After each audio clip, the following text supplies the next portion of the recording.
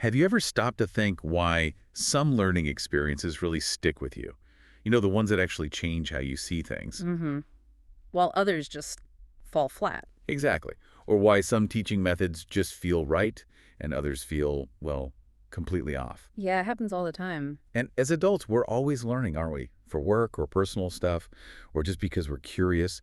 It never really stops. But under the surface of every, course or seminar or even a self-help book, there's actually a philosophy Right, a core set of beliefs about what learning even is. and who you are as a learner and what Yeah. the whole point of it all is, really. And those beliefs, those often quite old assumptions, they deeply shape the whole experience, Right. whether we realize it or not. Totally.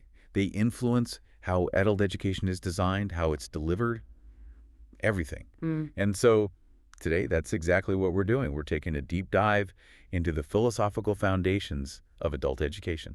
We're drawing heavily from John Elias and Cher Merriam's work here. It's quite comprehensive. Yes, excellent stuff. We want to uncover the big theories that have shaped how adults learn.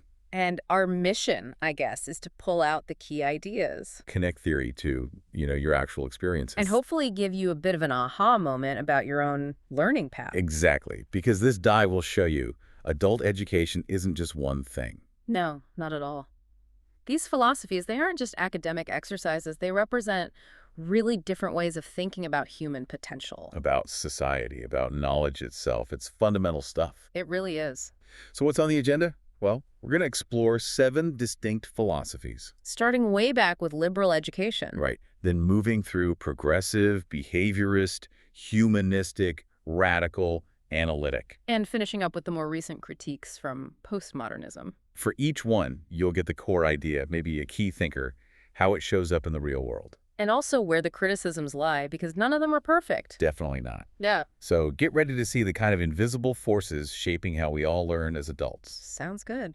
Where do we begin? Let's kick things off with the oldest, and you could argue the most persistent philosophy, liberal adult education. Okay. At its core, this one's all about intellectual development, cultivating the mind. Aiming to produce a, quote, good and virtuous person, not necessarily for a job, right? Exactly. But- It's learning for enlightenment, for its own sake. And the roots go deep, way back to ancient Greece. Yeah, think Socrates, always questioning. Or Plato's allegory of the cave, that idea of learning being this difficult process of freeing your mind. And it wasn't just memorizing facts, it was rigorous training in logic, history, philosophy, thinking skills. Right, developing that well-rounded critical mind. This ideal got a big boost during the Renaissance, too, with humanists like Erasmus. Trying to create that cultured gentleman fit for civic life. Yeah, and even in early America, you had people like Ben Franklin and his Gentoo group discussing morals and politics.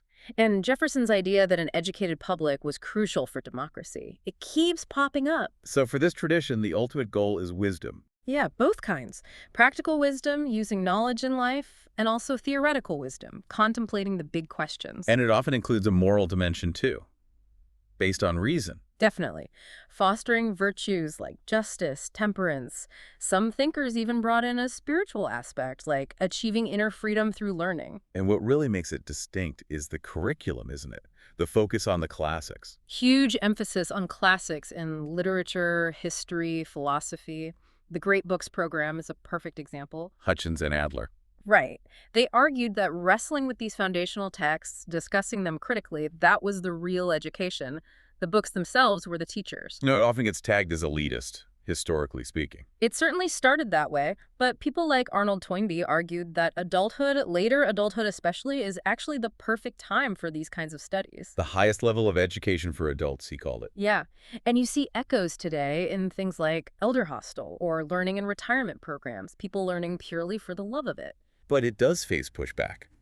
The elitism charge still sticks sometimes. And the whole canon debate, is the list of great books too focused on dead white European males? Right. Calls for more multicultural perspectives. Yeah. E.D. Hirsch versus people like Richard Rorty. And then there's the criticism that it doesn't focus enough on science or practical skills needed for, say, the job market. Okay, so that's liberal education.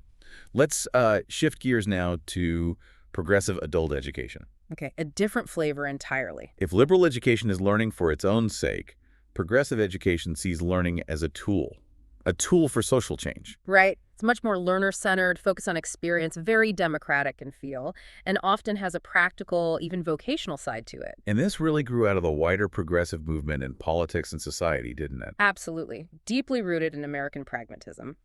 And the key figure here, undoubtedly, is John Dewey. Dewey. He wasn't just describing education. He saw it as vital for improving society. He really put education right at the heart of social reform. Democracy and education. So his big idea was that education isn't just about fitting into the world as it is. No, it's about equipping you to change it, to make it better. So what are the core principles here? How did that translate? Well, first, a much broader view of education. It's not just school. Right. It's everything: family, work, community, anywhere you pick up values, skills, knowledge. Exactly. Enculturation, socialization. And second, a huge shift towards the learner. Learner-centered. Totally. Focusing on your needs, your interests, your experiences, your life becomes a resource for learning, not something separate from it. And that naturally led to different teaching methods. Oh, completely. They rejected the old assign, study, recite model.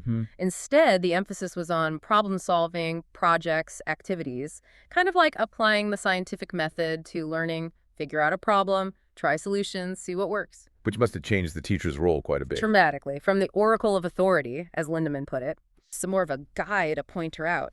Malcolm Knowles saw the teacher as a helper, a consultant, learning with the student. And Knowles' whole concept of andragogy, principles for teaching adults, comes straight out of this progressive thinking, doesn't it? Deeply rooted in it, yes. That focus on adult experience, self-direction, problem-centered learning. So how did this play out in terms of social change, where there's specific programs? Yeah, Lindemann's quote is famous. All successful adult education groups sooner or later become social action groups. Wow. A prime example is the Highlander Folk School in Tennessee. Oh yeah, training civil rights leaders, labor organizers. Exactly. Using education directly to fuel social movements. Community education initiatives like the Mott Foundation's work also fit this mold. And its influence today. Is it still around? Its ideas are absolutely alive, even if the label progressive isn't always used. It heavily influenced humanistic education. With the learner-centeredness. Right, and radical education's focus on social change. Even behaviorism picked up on its emphasis on scientific methods. But it's not without critics either. No. Some argue it can make the definition of adult education too broad, almost meaningless if everything is education. Like just living life. Sort of. And sometimes it gets accused of favoring science or job skills over the humanities, maybe losing some of that deeper intellectual development from the liberal tradition. Okay, makes sense. Let's pivot again now to something quite different. Behaviorist adult education. Right. A very different lens. This approach is all about observable behavior.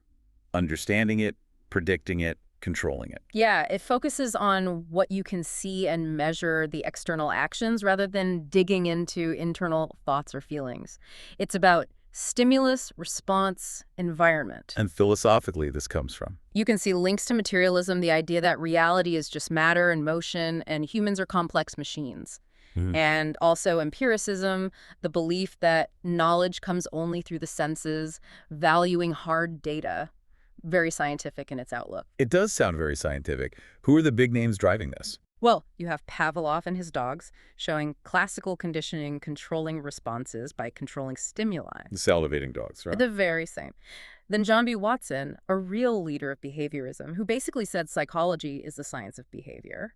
And maybe most influential for learning theory was B.F. Skinner. Skinner, operant conditioning. That's the one. Focusing on voluntary behavior and how consequences, reinforcement, both positive and negative, and punishment shape what we do. He had some pretty radical ideas, didn't he, about freedom? Oh, yeah. His book, Beyond Freedom and Dignity, argued that personal freedom is essentially an illusion. Wow. And that by scientifically controlling behavior, we could actually create a better society. A direct challenge to ideas of autonomy. That is provocative. So how does this very controlled scientific view translate into actual adult education practices? It shows up in very practical, structured ways. Think about behavioral objectives. The goals, measurable outcomes. Yeah. Exactly. You see it in accountability movements in education, the push for evidence-based practices. It demands clear proof of learning. And specific teaching methods. Programmed instruction is a classic example. Think early teaching machines or structured computer-based training that guides you step by step, maybe branching based on your answers. Okay. Also, competency-based education, especially in vocational training.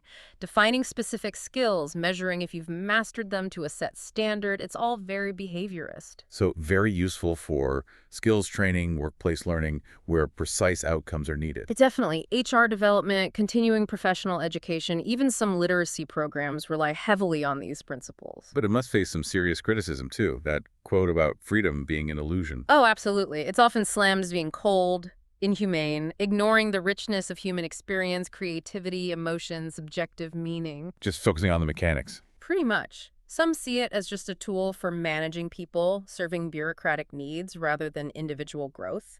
And the ethical concerns about controlling behavior are significant. Yeah, I can see that. Postmodernists, I imagine, would have issues, too. Big time. They critique its scientific certainty and the idea that the learner's control in these systems is real, rather than just an illusion created by the program designer. Okay, quite a contrast. Let's move now from that external focus to something much more internal. Humanistic adult education. Yes, a complete shift in perspective, the third force, they called it. This philosophy really puts human dignity and autonomy front and center, doesn't it? Developing the whole person. Absolutely. With a special emphasis on emotions, feelings, the affective side of learning. It's a direct reaction against both the perceived reductionism of behaviorism and the determinism of Freudian psychology. And its roots go back, but it really took off in the 20th century. Yeah, you can find humanist threads throughout history, but humanistic psychology in the mid-20th century was key. Figures like Abraham Maslow. Hierarchy of needs, self-actualization. Exactly. And Carl Rogers. Client-centered therapy, the fully functioning person. Right. They provided the psychological foundation for this educational philosophy. So if behaviorism sees us as shaped by environment, what are the core humanist assumptions about us as learners? Fundamentally, they believe human nature is basically good, or at least has the potential for good. Given a nurturing environment, people will naturally grow in positive ways. They stress freedom, autonomy. Our choices matter. We're not just puppets. So we have agency. Yes, and immense potential, an innate drive towards growth, towards becoming our best selves, what Maslow called self-actualization. It values reason, yes, but also intuition and emotion. That sounds incredibly optimistic and empowering. It is, very much so. So for adult education, the goal becomes what? Facilitating that self-actualization. Precisely. Helping people become self-actualizing, open to change, always learning, able to connect authentically with others. And the learning process itself. It has to be student-centered. The learner is at the heart, taking responsibility. The teacher isn't the sole authority. So the teacher becomes more of a Facilitator. creating a safe, supportive, encouraging climate. Rogers talked about the importance of teacher attitudes. Being genuine, having empathy, offering unconditional positive regard. So it's about the relationship and the environment. Very much. Learning is seen as deeply personal, experiential. It has to be meaningful to the learner. It's self-initiated, pervasive, and ultimately evaluated by the learner themselves. And this is where Malcolm Knowles fits in again with andragogy. Yes, Knowles was a huge proponent of applying humanistic principles specifically to adult learning. His assumptions about adults being self-directed using experience. Right, that adults' readiness to learn is tied to their life tasks, that they're problem-centered, intrinsically motivated. All classic humanistic ideas apply to adults. Which leads to things like cooperative learning climates, self-assessment. Exactly. Though, as we mentioned, there's still debate on whether andragogy is a full theory or more a set of useful guidelines. But regardless, the influence of humanism seems massive in adult education today. Undeniable. Think about personal development workshops, sensitivity training, self-help groups, coaching, mentoring. So much of that draws directly from humanistic ideals of personal growth and potential. Okay, now let's take another turn into the more challenging territory of radical and critical adult education. Right, moving beyond individual growth to societal structures. The core idea here is pretty strong. Education shouldn't just pass on culture. It should actively work to change society, challenge the status quo. Yeah, it sees existing society as often fundamentally unjust or oppressive, and education as having a role in liberation. Where does this come from? It sounds quite different from the others. It pulls from various streams. There are anarchist roots like Ivan Illich arguing for deschooling society. Getting rid of schools altogether? Pretty much, seeing them as manipulative institutions. But the biggest influence probably comes from the Marxist socialist tradition. And that brings us to Paulo Freire. The key figure, absolutely. His work, especially Pedagogy of the Oppressed, is foundational. What was his central message? It revolved around concepts like humanization versus dehumanization. He argued that oppression damages everyone, and education can either perpetuate that or help people reclaim their humanity True. through conscientization, becoming critically aware of your social reality, not just passively accepting it, but understanding the power dynamics at play. And this happens through dialogue. Crucially, yes. Through praxis, that cycle of action and reflection done collectively. He famously attacked what he called banking education. Where the teacher just deposits information. Exactly. Into passive students. He advocated instead for problem-posing education, where learners and teachers together analyze their reality and figure out how to change it. So learning becomes inherently political. Absolutely. His literacy work wasn't just about learning letters. It was about using words tied to people's lives to spark critical discussions about their situation, about power, about oppression. And his influence spread widely. Immensely. Thinkers like bell hooks explicitly drew on Freire, combining his ideas with feminist and anti-racist perspectives to create a revolutionary pedagogy of resistance. Focusing on how systems like white supremacy or sexism distort education. Precisely. And beyond Freire, you have streams like critical social theory coming from the Frankfurt School. Focusing on knowledge as ideology, on power. Right. And feminist pedagogy, analyzing how education often reinforces patriarchal structures and working to center women's experiences and voices. So the common thread is really this idea that education is never neutral. It's always taking a side, consciously or not. That's the core message. It's either upholding the existing system or challenging it. What's been its actual impact on mainstream adult education? Probably less direct impact on formal programs in, say, the U.S. compared to humanism or behaviorism. But it's incredibly influential in community organizing, social movements, activist training, anywhere. Education is explicitly linked to social justice and change. It forces us to ask uncomfortable questions about power and purpose in education. Right. Okay, let's switch modes again to something that sounds almost the opposite. Analytic philosophy of adult education. Yeah, this one's less about changing the world and more about clarifying the words we use to talk about it. So not building big theories, Yeah. but analyzing language. Exactly. The focus is on conceptual clarity, using logic, analyzing definitions, identifying ambiguity, philosophy as a tool for clear thinking about education. And this comes from the broader analytic philosophy movement, Wittgenstein. Largely, yes. Wittgenstein's idea that philosophy's job isn't to create new systems, but to clear up linguistic confusions, to leave everything as it is in terms of the world, but clearer in terms of language. So it's about making sure we know what we mean when we say adult education or learning. Precisely. Eliminating vague slogans, fuzzy thinking. It might involve looking at different types of definitions, examining borderline cases like, can you educate a rock? No. Can you self-educate? Maybe, but it's an interesting case. Okay. So how did this play out specifically in adult education? Key figures here were British philosophers like K.H. Lawson and R.W.K. Patterson. And what did they argue? Patterson initially took a very strict line. He argued that only traditional liberal adult education really qualified as education because it focused on knowledge and understanding for its own sake. So vocational training wouldn't count. Not as education in his strict sense, no. More like training. Lawson later broadened the view a bit, but they both stressed the importance of disciplined thinking, rationality, intellectual development. Did they set criteria for what counts as genuine adult education? Yes. Things like the learner needing to be aware they're being educated, wittingness, participating voluntarily for intrinsic reasons, having some conscious control, and, crucially, the active involvement of an educator making judgments about educational value. So it pushes back against purely student-centered approaches where anything goes. Definitely. It emphasizes the teacher's role in upholding intellectual standards. And what about a social purpose? Did they see one? Generally, no. They argued education's primary commitment is to knowledge and truth, not to specific social or political agendas, whether radical or conservative. Keep education focused on the intellectual. What are the strengths and weaknesses here? Clarity seems like a big plus. Huge plus. It brings rigor, challenges jargon, forces clear thinking. It's a valuable antidote to fuzzy language. But the downsides? Critics sometimes accuse it of essentialism, acting like words have one fixed, correct meaning. Hmm. There's also the charge of having a rationalist, perhaps elitist bias, potentially narrowing the scope of what gets valued as adult education. And is it truly value-free? Prioritizing rationality is itself a value choice. Interesting point. Okay, last stop on our philosophical tour, postmodernism and adult education. Right, the one that questions everything. This is basically a reaction against the big ideas of modernity, isn't it? The Enlightenment project. Exactly. It's deeply skeptical of things like universal truth, objective knowledge, grand narratives like progress or reason, even the idea of a stable, unified self. So it embraces uncertainty, fragmentation.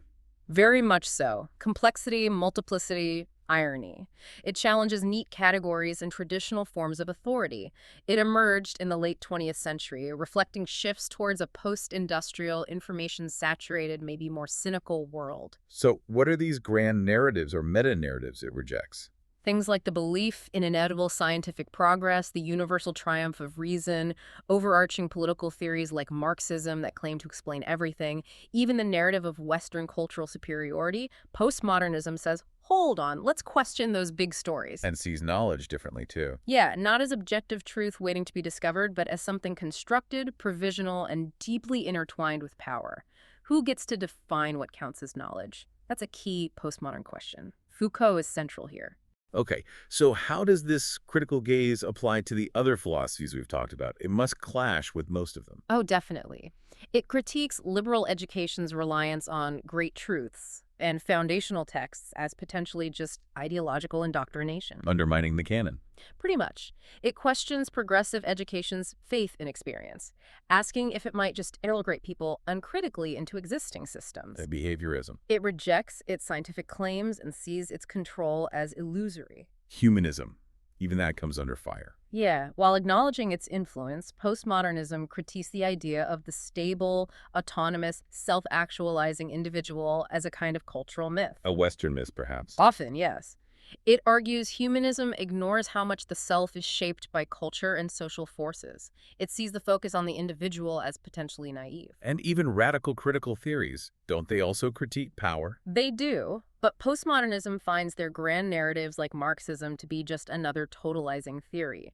Too simplistic, too reliant on rational argument in a world often driven by non-rational forces. So, if it's deconstructing everything, does postmodernism offer any positive suggestions for adult education? It's more about fostering certain sensibilities. Robin Usher talks about reflexive contextualization, acknowledging that learning goals are always partial, context-bound, never absolute.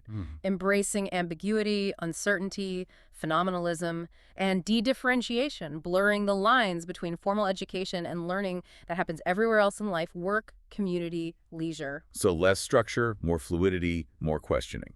That's the gist. But postmodernism itself must face critiques. It sounds like it could lead to paralysis. That's a major one. If there's no truth, no foundation, how do you decide anything? How do you act? It's accused of being contradictory, using reason to attack reason, relativistic, potentially undermining any basis for ethics or political action. Wow, okay, that's quite a journey through 7 very different ways of looking at adult learning. It really covers a lot of ground, doesn't it? What strikes me, listening back, is how interconnected they are, even in their opposition. Absolutely. They're constantly reacting to each other, borrowing bits, refining ideas. Humanism grabs the learner-centered piece from progressivism. Radicalism pushes the social change angle much harder. Behaviorism takes the scientific element in a completely different direction. It's a conversation across centuries. And you can see these underlying tensions still playing out today, can't you? Oh, definitely. That core debate is education primarily about transmitting established knowledge, like in the liberal view? Or is it about facilitating personal experience and relevance, Yeah. like progressivism and humanism emphasize? Right. Or is it about developing specific measurable skills, as behaviorism suggests, or fundamentally changing power structures, like the radical critiques demand? And then postmodernism hovering over it all, questioning the very foundations of each approach. It keeps the field dynamic, that's for sure. No easy answers. So why does understanding all this matter for, someone listening? someone involved in learning as an adult? Because these philosophies aren't just abstract theories, they shape everything. How so? They influence the attitudes educators bring, the values embedded in programs, the methods used, the way success is measured. They create the learning environment you step into. So being aware of them helps you understand why a course feels the way it does, or why a teacher acts a certain way. Exactly. And it empowers you as a learner, too. Oh. Well, this whole journey encourages you to think about your own philosophy of learning. What do you believe about it? What works best for you and why? Do you lean towards one approach? Like, are you more of a humanist learner, seeking personal growth? Or maybe you prefer the structure of behaviorist skill building in certain contexts? Or the intellectual rigor of liberal learning? Or maybe you take an eclectic approach, picking and choosing. Which many people do. The key is being conscious about those choices, understanding the assumptions behind them. It really shows that adult education isn't static. It's this living, breathing field that changes as society changes. Constantly evolving, constantly debating its own purpose. So maybe the final thought for everyone listening is this. Now that you have a map of these underlying beliefs, these different philosophies, what principles are going to guide your own learning journey going forward? And maybe even how might the way you choose to learn shape the world around you, even in small ways?